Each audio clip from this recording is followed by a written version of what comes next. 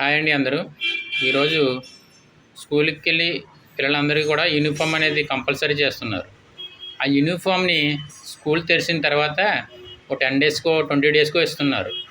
ఇవ్వగానే 1 day 2 day time ఇచ్చి వెంటనే అర్జెంటు వేసుకురావాలి, మీకు యూనిఫామ్ ఇచ్చేసాం కదా అని విద్యా బోధకులు కానీ లేదా స్కూలు యాజమాన్యం కానీ బాగా ఒత్తిడి చేస్తున్నారు. దానివల్ల పిల్లలు తల్లిదండ్రులని ఒత్తిడి చేస్తున్నారు. తల్లిదండ్రులు పుట్టేటువంటి దర్జీలు ఎవరైతే ఉన్నారో ఆ దర్జీ వృత్తి చేసుకునే వారిని మాకు వెంటనే కావాలి, అర్జెంటు అని ఒత్తిడి చేస్తున్నారు. సార్, ఈ మాట school private and government school యాజమాన్యానికి ఈ మాట సార్. స్కూళ్ళు ఓపెన్ చేయడం, అన్ని స్కూళ్ళు ఒకేసారి ఓపెన్ చేస్తున్నారు. దానివల్ల అన్ని స్కూళ్ళు యూనిఫామ్ ఒకేసారి వస్తున్నాయి. దానివల్ల అన్నీ ఒకేసారి కుట్టాలి అంటే టైలర్స్ అనేది చాలా చాలా తక్కువగా ఉన్నారు. తక్కువగా ఉండడం వల్ల కుట్టే శాతం చాలా తగ్గిపోయింది. ఎందుకంటే టైలరింగ్ సంస్థలో ఆదాయాలు చాలా తక్కువగా ఉన్నాయి. ఆ తక్కువగా ఉన్న సంస్థలకి ఎవరూ రావట్లేదు. కొత్తగా నేర్చుకునే వాళ్ళు ఎవరూ లేరు.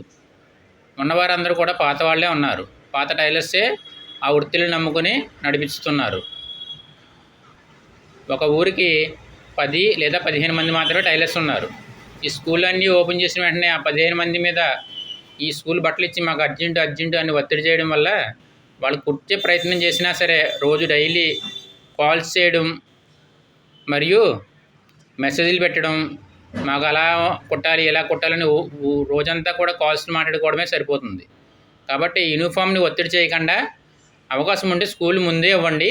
ఒక నెల రోజులు టైం ఇస్తే ఆ యూనిఫామ్ రెడీ అవుతుంది. లేదా స్కూల్ ఓపెన్ చేసిన తర్వాత ఒక నెల రోజులు ఎవరికైనా పిల్లలకి ఒక టైం ఇవ్వాలి. టైం ఇవ్వడం వల్ల యూనిఫామ్ రెడీ అయ్యి నీట్గా రావడానికి ఉంటుంది. మినిమం ఒక అబ్బాయికి ఒక ప్యాంటు షర్టు కుట్టాలి అంటే ఒక బాయ్కి ప్యాంటు షర్టు కుట్టాలంటే ఒక బాయ్కి 2 జతలు కుట్టాలంటే ఒక రోజంతా ఫుల్ డే పడుతుంది. అటువంటి యూనిఫామ్ని అర్జెంట్ అన్నంతరాన్నే ఎక్కడైపోతాయి సార్? మీరు ఒత్తిడి చేయడం వల్ల పిల్లలు పేరెంట్స్ని ఒత్తిడి చేస్తున్నారు. పేరెంట్స్ సఫర్ అవుతున్నారు, పిల్లలు సఫర్ అవుతున్నారు, మరియు టైలర్స్ కూడా బాగా సఫర్ అవుతున్నారు. ఈరోజు టైలరింగ్ నేర్చుకునే వాళ్ళు చాలా అరుదుగా ఉన్నారు. ఎవరు కూడా లేరు. దాన్ని బట్టి గమనించి ఒత్తిడి చేయడం తగ్గించి విద్యార్థులను మరియు పేరెంట్స్ను టైలర్స్ను కూడా ఒత్తిడి నుంచి తగ్గిస్తారని నేను స్కూలు యాజమాన్యానికి మరియు స్కూలు బోధకులకు కూడా రిక్వెస్ట్ చేసుకుంటున్నాను సార్.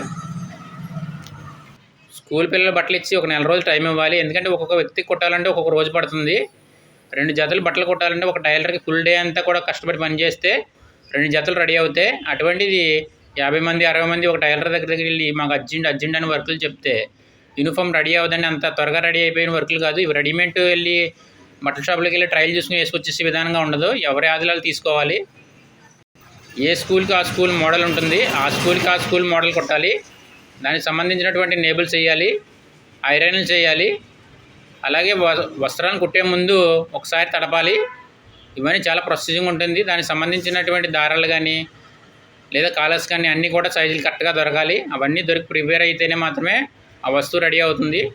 టైలర్స్ కష్టాలను మరి పేరెంట్స్ కష్టాలను పిల్లల్ని కూడా కష్టాలను కొంచెం గుర్తించి పిల్లలు యూనిఫామ్కి వస్తువులు ఇచ్చినప్పటి నుంచి 30 రోజులు టైం ఇవ్వాల్సిందిగా స్కూల్ యాజమాన్యాన్ని మరియు బోధకులను కూడా రిక్వెస్ట్ చేస్తున్నాను. Thank you.